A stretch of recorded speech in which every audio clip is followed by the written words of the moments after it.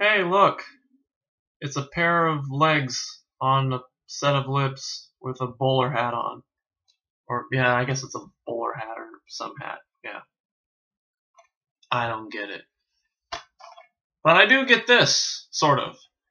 Nate Jackson, Criterion Collection Reviewer Guy, back yet again. Number 102, Discreet Charm of the Bourgeoisie by Louis Bourniel.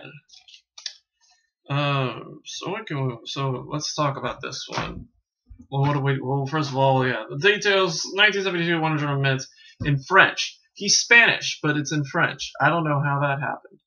And that too fucking long documentary on the supplements disc explained nothing to me, mostly because I was just out of it. But anyway, well, let's talk about the movie because I got the movie. The movie was pretty cool.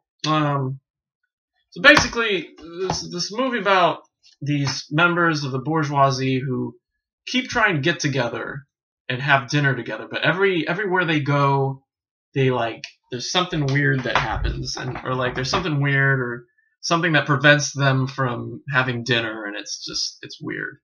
It starts off with them going to this one of their houses, and they got the dates mixed up. And so, let's just go out to this restaurant. They go out to this restaurant, and they find out that I think they're having a vigil for the owner who died in the back room, and so they get the hell out of there.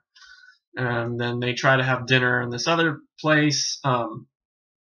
They try to have tea in this one room. Some of the ladies go to this tea room, and they end up having they get there's no tea or no drinks of any kind except for water.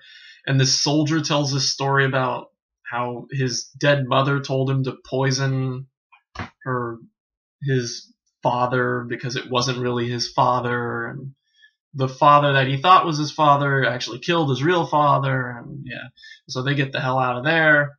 But before that, they actually go to visit this other, they try to have dinner with this, or lunch with this, one of their friends, and their friends just want to have sex, or the wife wants to have sex, and so they end up sneaking out through the window or something and going into the woods to have sex, and they freak out because they think that they're not showing up because they tipped them off to the police or something like that because of all their crimes, or and so they get the hell out of there. And when they leave, this the bishop comes up and disguises himself as a gardener, and so when the couple comes back and he comes up, he's they tell him off, but then he puts his clothes on, he puts his frock on, and they're like, oh my god, I'm so sorry. And that kind of does show that they're really cruel. It shows that they're they're not the coolest people in the world. They're quick to judge, and they actually give him a job as a gardener, and he works there, and he kind of, I think, joins the group. You see him in the attempts at dinner. You see that there's a lot of shots of them walking on a road, which I think is supposed to signify they're trying to go to dinner at different places. But also the same, I think it also just kind of tries to show how they're connected as a group, how they're sticking together. This is a group walking together down the same road, whether it be to dinner or to something even more metaphorical like hell or something, or ruination, if you will. So I think there's another really famous scene where they go to dinner at they go to dinner at this house, at one of their houses, and they all about to serve, and then these soldiers come up and just invade, and they say they're going to do maneuvers outside, but they get invited to dinner, so the whole dining room is expanded, and one of them and they get this call just as they're about to eat. They get the call saying, oh, we gotta go fight somebody. But just before they do, this one soldier, the general allows this soldier to tell a story about this dream he had where everybody who died comes back to visit him in this city, and I don't know. So they end up going out, and yeah, it's a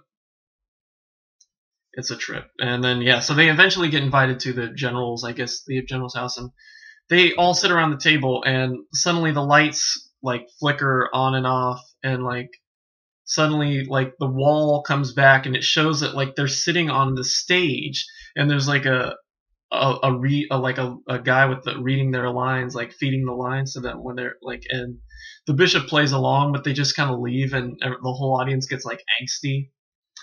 And yeah, what else happens? I'm trying to remember the order of events.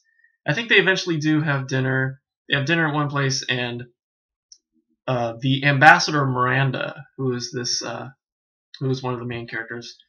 He's the ambassador of Miranda, and like in an early and there's a bit about Miranda, and he talks about like this.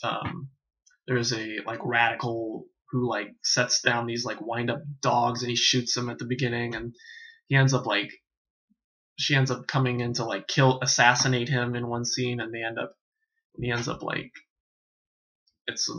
switching guns with her, and she tries to explain herself, and yeah, and then I think she ends up getting kidnapped in the end, and yeah. But anyway, toward the end, they all get arrested, and it's like they end up getting arrested, and there's a whole scene in the jail where we don't see them for a while. We don't see them in the jail, but we get to talk to the jailers, and there's another story about this dead soldier or dead guard who wanders the halls late at night, and yeah, there's a lot of blood in this film. There's a lot of like grotesque, violent makeup in this film, and I was kind of surprised by that, but it was kind of interesting.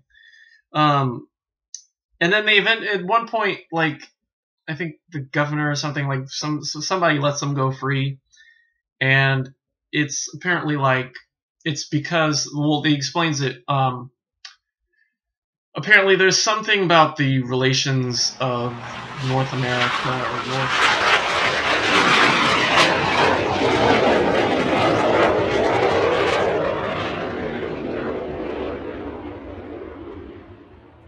all that, and so that's basically why they get pardoned or freed or anything. And so once they do, they finally all get together and they have this lunch, and it looks like everything's fine. It goes on for like about 3 minutes, and they're just having conversation and all that.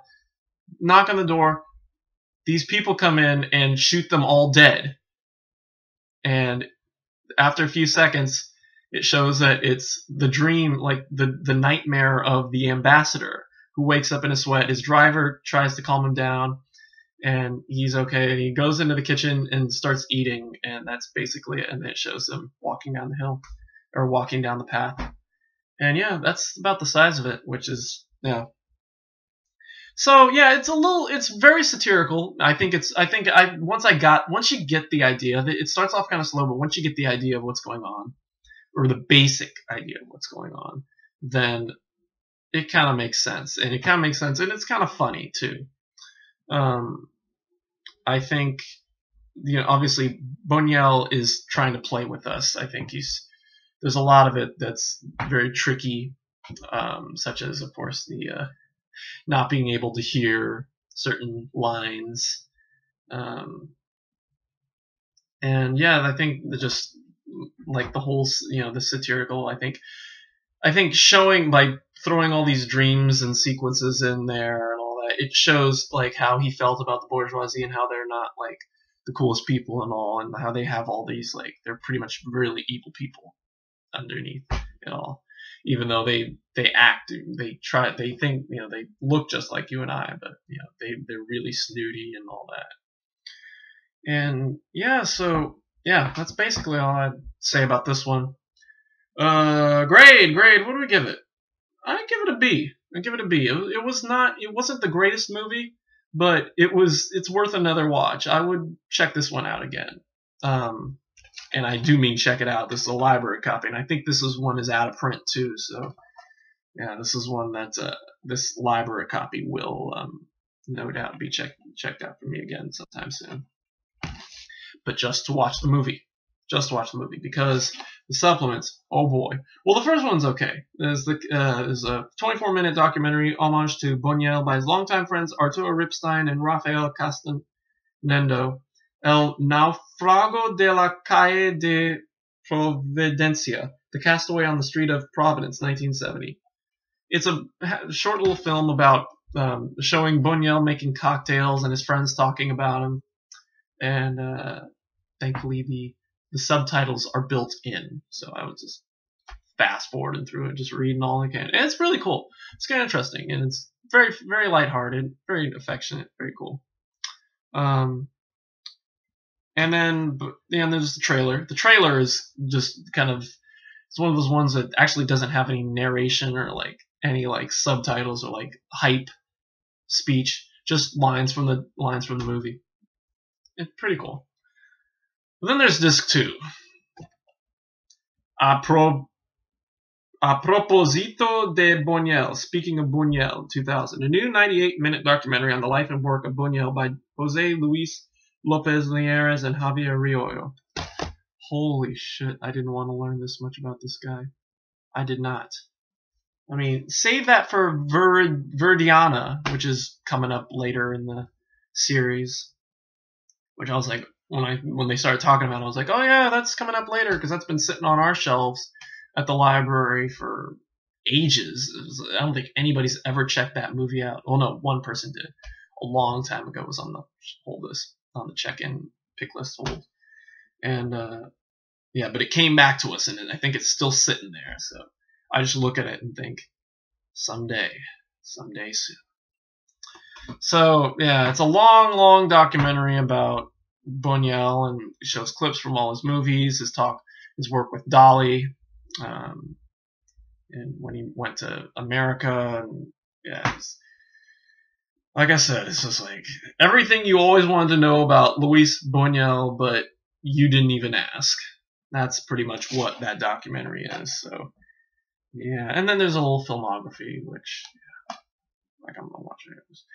But yeah, so it's a good movie, but just I didn't really, like I said, didn't really want to learn that much about him. They don't even really talk about the film in that the Discreet Charm in the documentary. They talk about all his others, which are probably not. I think there's only 2 others that I recognize, was Viridiana and Exterminating Angel, and I don't know if there were clips in them, but I don't know if they talked about any of them or the others.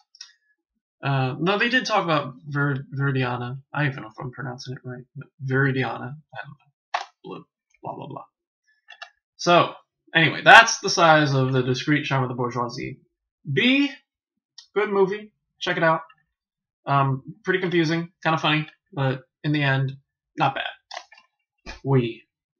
Alright, so that's that for me. Tomorrow, I'll Lady Eve you tomorrow, and then I'll double suicide you. Where is it? Yeah. So thinking about the future, of course. Lady Eve is tomorrow. Double suicide. It's only the movie. It's only 104 minutes. And who the heck directed this? Masahiro Shinoda. Oh, was that? That's the guy. Oh, Philly. Yeah, so this is only a movie, so we'll probably get to this. We'll probably do this one on Wednesday. Probably get to this one Wednesday. Maybe Thursday, but probably Wednesday at night. Wednesday evening, you'll hear from me on this one. Spartacus, next Monday, next week. This is because, the movie's 3 hours long. The supplements, there's like hours and hours of supplements. So this one I got to dedicate a whole day to, so it'll probably be next Monday. So for this week, not a bad way to start I guess, if you count Cries and Whispers as part of last week. And yeah, that's it. So tomorrow, Wednesday, next Monday, the 27th. And yeah, that's it. So thanks for watching. Don't be a pair of lips on legs. Don't shoot at toy dogs. Don't eat on stage on theaters. And most of all, don't turn away your friendly gardener turn bishop. I'm trying to give you guys morals to live by, but what can you do when half the movies, when all these movies display this big, cramped, half-open sea? Yeah, I can't believe I got this shirt. Anyway. Alright, so thanks for watching, and we'll see you tomorrow for the Lady Eve. In English at that. In English at that. Until then, goodbye.